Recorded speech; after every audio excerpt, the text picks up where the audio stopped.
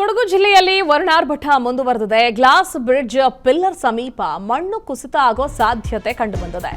ಅಬಿ falls ಸಮೀಪ ನಿರ್ಮಾಣವಾಗಿರುವ skywalk bridge ಅದು ಗ್ಲಾಸ್ ಬ್ರಿಡ್ಜ್ ಅಂತಲೇ ಫೇಮಸ್. ಪ್ರವಾಸಿಗರು ಆ ಗ್ಲಾಸ್ ಬ್ರಿಡ್ಜ್ ಮೇಲೆ ಓಡಾಡೋದಕ್ಕೆ ಅಂತಲೇ ಸಾಕಷ್ಟು ಸಂಖ್ಯೆಯಲ್ಲಿ, ಅದರಲ್ಲೂ ಈ ಮಳೆಗಾಲದಲ್ಲಂತೂ ಕೂಡ ಹೆಚ್ಚಿನ ಕ್ರೇಜ್ ಜನಕ್ಕೆ, ಟ್ರಾವೆಲ್ ಮಾಡೋರಿಗೆ ಅಥವಾ ಎಕ್ಸ್ಪ್ಲೋರರ್ಸ್ಗೆ ಪ್ರತಿ ದಿನ ಸಾಕಷ್ಟು ಸಂಖ್ಯೆಯಲ್ಲಿ ಹೋಗ್ತಾ ಇರ್ತಾರೆ.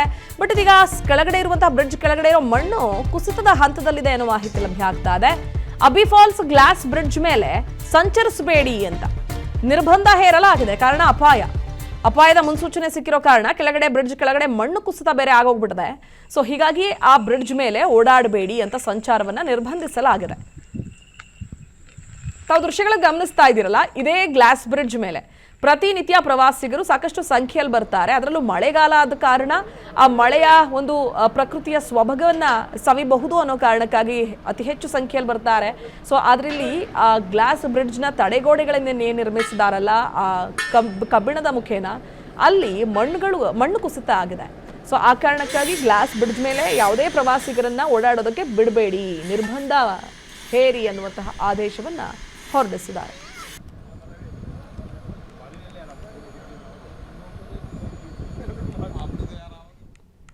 ಕೇವಲ ಕೊಡಗಷ್ಟೇ ಅಲ್ಲ, ಕರ್ನಾಟಕದ ಮುಂಗಾರು ಅಬ್ಬರ ಎಷ್ಟರ ಮಟ್ಟಿಗಿದೆ ಅಂದರೆ ಕರಾವಳಿಯನ್ನು ಕೂಡ ತಲ್ಲಣ ಮಾಡಿಬಿಟ್ಟಿದೆ. ಕರಾವಳಿಯಲ್ಲಿ ವರ್ಣಾರ್ಭಟ ಹೆಚ್ಚಾಗಿದೆ. ಮಂಗಳೂರಿನ ಉಳ್ಳಾಲದಲ್ಲಿ ಕಡಲ್ಕೊರೆತಕ್ಕೆ ಮನೆ ಸಮುದ್ರ ಪಾಲಾಗಿದೆ. ಭಾರೀ ಮಳೆಗೆ ತುಂಬಿ ಹರಿತಾ ಇದೆ ಕಟೀಲಿನ ನಂದಿನಿ ನದಿ. ಇನ್ನು ಉಡುಪಿಯ ನೆಲ್ಲಿಕಟ್ಟೆಯಲ್ಲಿ ಅಂಗಳದಲ್ಲಿದ್ದ ಬಾವಿ ಕುಸಿತ ಆಗಿದೆ.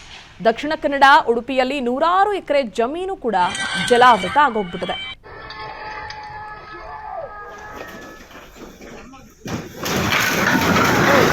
ಗಮನಿಸಬಹುದು ಮಳೆಯ ಒಂದು ತೀವ್ರತೆ ಎಷ್ಟರ ಮಟ್ಟಿಗಿದೆ ಅನ್ನೋದನ್ನ. ಮನೆ ಮುಂದೆ ಇದ್ದಂತಹ ಬಾವಿ, ಆ ಬಾವಿ ನೋಡ್ತಾ ಇದ್ದಂತೆ ಕುಸಿದು ಹೋಯ್ತು. ಒಂದು ವೇಳೆ ಎಲ್ಲ ಏನಾಗ್ತಾ ಇದೆ, ಏನಾದರೂ ನೋಡೋಣ ಏನು ಕುಸಿದಿದೆ ಅನ್ನೋದನ್ನ ಏನಾದರೂ ನೋಡಕ್ ಹೋಗಿದ್ರು ಅಂದ್ರೆ ಜನ ಅಥವಾ ಮನುಷ್ಯರು ನಿಜವಾಗ್ಲೂ ಪ್ರಾಣ ಕಳ್ಕೊಳ್ತೀವಿ.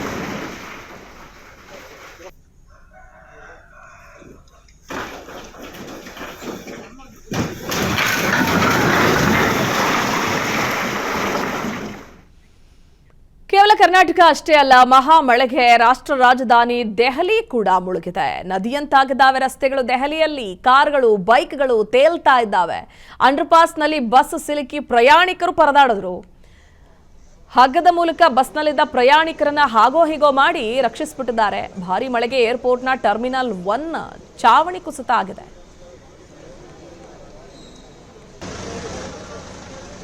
ಟರ್ಮಿನಲ್ 1ರಲ್ಲಿ ಚಾವಣಿ ಕುಸಿತ ಆಗಿ ಓರ್ವ ದುರ್ಮರಣ ಕೂಡ ಈಡಾದ್ರು.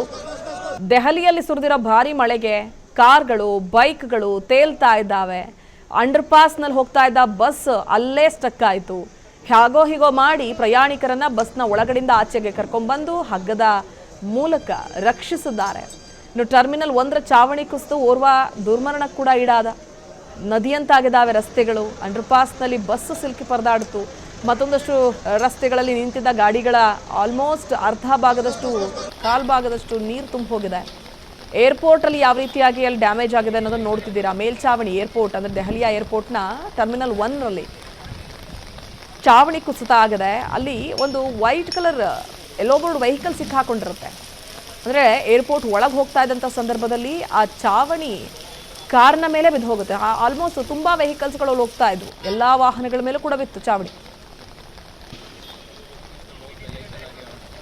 ಅದು ದೆಹಲಿಯಲ್ಲಿರುವಂತಹ ಪರಿಸ್ಥಿತಿ. ನಾವು ಕರ್ನಾಟಕದಲ್ಲಿ ಅತಿ ಹೆಚ್ಚು ಮಳೆ ಹಾಗಂತೆ ಹೀಗಂತೆ ಅಂತಿದ್ದೀವಿ. ಬಟ್ ದೆಹಲಿಯ ಪರಿಸ್ಥಿತಿ ಹೇಗಿದೆ ನೋಡಿ. ಓರ್ವ ಮಹಿಳೆ ಪಾಪ ರಸ್ತೆಯಲ್ಲಿ ಓಡಾಡ್ತಿದ್ದ, ಆದರೆ ನಿಧಾನವಾಗಿ ನಡ್ಕೊಂಡು ಮನೆ ಸೇರಬೇಕು ಅಂತ ಹೋಗ್ತಿದ್ದಾರೋ ಏನೋ ಗೊತ್ತಿಲ್ಲ. ಇನ್ನೊಂದಷ್ಟಿಬ್ಬರು ತಲೆ ಮೇಲೆ ಚೀಲಗಳನ್ನು ಹೊತ್ಕೊಂಡು ಓಡಾಡ್ತಿದ್ದಾರೆ. ಇನ್ಯಾವುದೋ ಮಹಿಳೆ ರಸ್ತೆ ದಾಟೋದಕ್ಕೆ ಪರಿತಪಿಸ್ತಾ ಇದ್ದಾರೆ. ಜನ ಟೋಟಲಿ ಕನ್ಫ್ಯೂಸ್ ಆಗಿ ಹೋಗ್ಬಿಟ್ಟಿದ್ದಾರೆ, ಪರದಾಡ್ತಾ ಇದ್ದಾರೆ. ಅನುಕ್ಷಣದ ಸುದ್ದಿಗಳಿಗಾಗಿ ವಿಸ್ತಾರ ನ್ಯೂಸ್ ಯೂಟ್ಯೂಬ್ ಚಾನೆಲ್ ಸಬ್ಸ್ಕ್ರೈಬ್ ಮಾಡಿ. ಹೊಸ ಸುದ್ದಿಗಳ ನೋಟಿಫಿಕೇಶನ್ಗಾಗಿ ಬೆಲ್ ಐಕಾನ್ ಕ್ಲಿಕ್ ಮಾಡಿ. ಲೇಟೆಸ್ಟ್ ಅಪ್ಡೇಟ್ಸ್ಗಾಗಿ www.vistaranews.com ವೆಬ್ಸೈಟ್ಗೆ ವಿಸಿಟ್ ಮಾಡಿ. ಅಂಗೈಯಲ್ಲೇ ಜಗತ್ತಿನ ಸುದ್ದಿ ತಿಳಿಯಲು ವಿಸ್ತಾರ ನ್ಯೂಸ್ ಕನ್ನಡ ಆಪ್ ಡೌನ್ಲೋಡ್ ಮಾಡಿ.